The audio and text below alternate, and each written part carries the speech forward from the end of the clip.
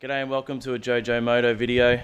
This one's not so much of a moto vlog, it's not so much to do with bikes. There's only a tiny little bit of bike content, but it's something major that's just happened. Last night we had our party and whatever, you would have seen the stuff there, had a fire and all the rest of it. And this morning just cleaning up and doing stuff, and I went to empty the fire pit that we had, a little brazier thing, and disaster struck. I'll run you through what happened. So this is a little brazier here. I've put it away already. And last night it was sitting over here with our nice little fire, all good and well. This morning, yep, fire's all out, no worries, all done. And then decided to go over to here and tip it out into some grass, just the ashes and whatever. And I heard a few bits of crackling and whatever else, so obviously it wasn't out.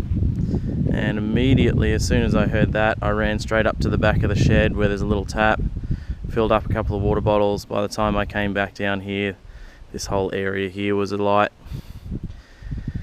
And there's nothing I could really do by then. The water bottles weren't going to help. I rushed.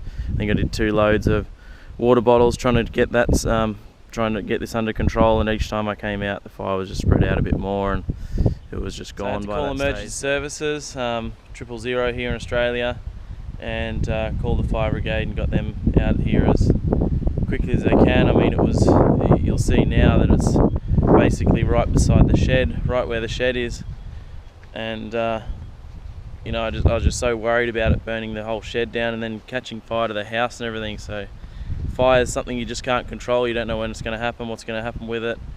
Thankfully the wind was going the right way, away from the shed here, and I think that helped out a lot. The first thing I did after calling 000 was KTM out of the shed straight away. First thing, get that out. That's a lot of money sitting there, it's my pride and joy. Had Mr. Reese's bike in here as well, so got that out, and then got my car out. The car's not worth much at all, so that was the last thing to come out. And went and hooked up a couple of hoses, ran around, scrambled around, swearing my head off, trying to sort things out. Hoses all tangling up, just wouldn't work, and by that time it was sort of spread across down here. And I mean, there's no water pressure, it's just from a tank out the back of the shed.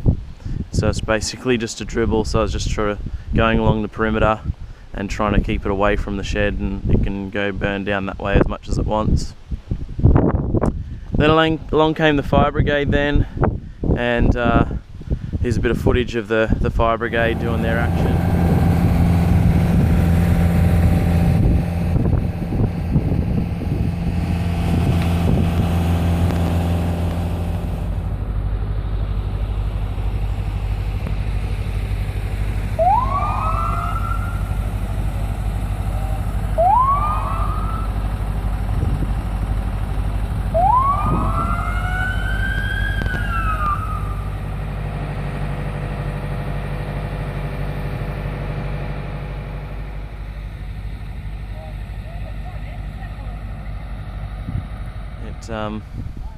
The area doesn't seem so big now, but I tell you what, when it's alight and there's crackling and scary, and I was worried. It was not a good time at all. The fire brigade were here. I knew the head fire brigade guy. We're in a pretty small town here, and I knew my parents and that sort of thing, so it was almost embarrassing really. And I just apologised to all of them for wasting their time and resources, and could be out fighting real fires, I don't know, just from my stupidity of doing that silly little thing, just putting the hot coals on the dry grass basically. So well, I think I've learned a little bit of a lesson about fires and trying to be a little bit safer, I guess. Waiting for fires to be out properly and making sure they're totally out before going and dumping the ashes, because you just never know. Crazy morning, hey? Oh well. Thanks for watching. Catch you later.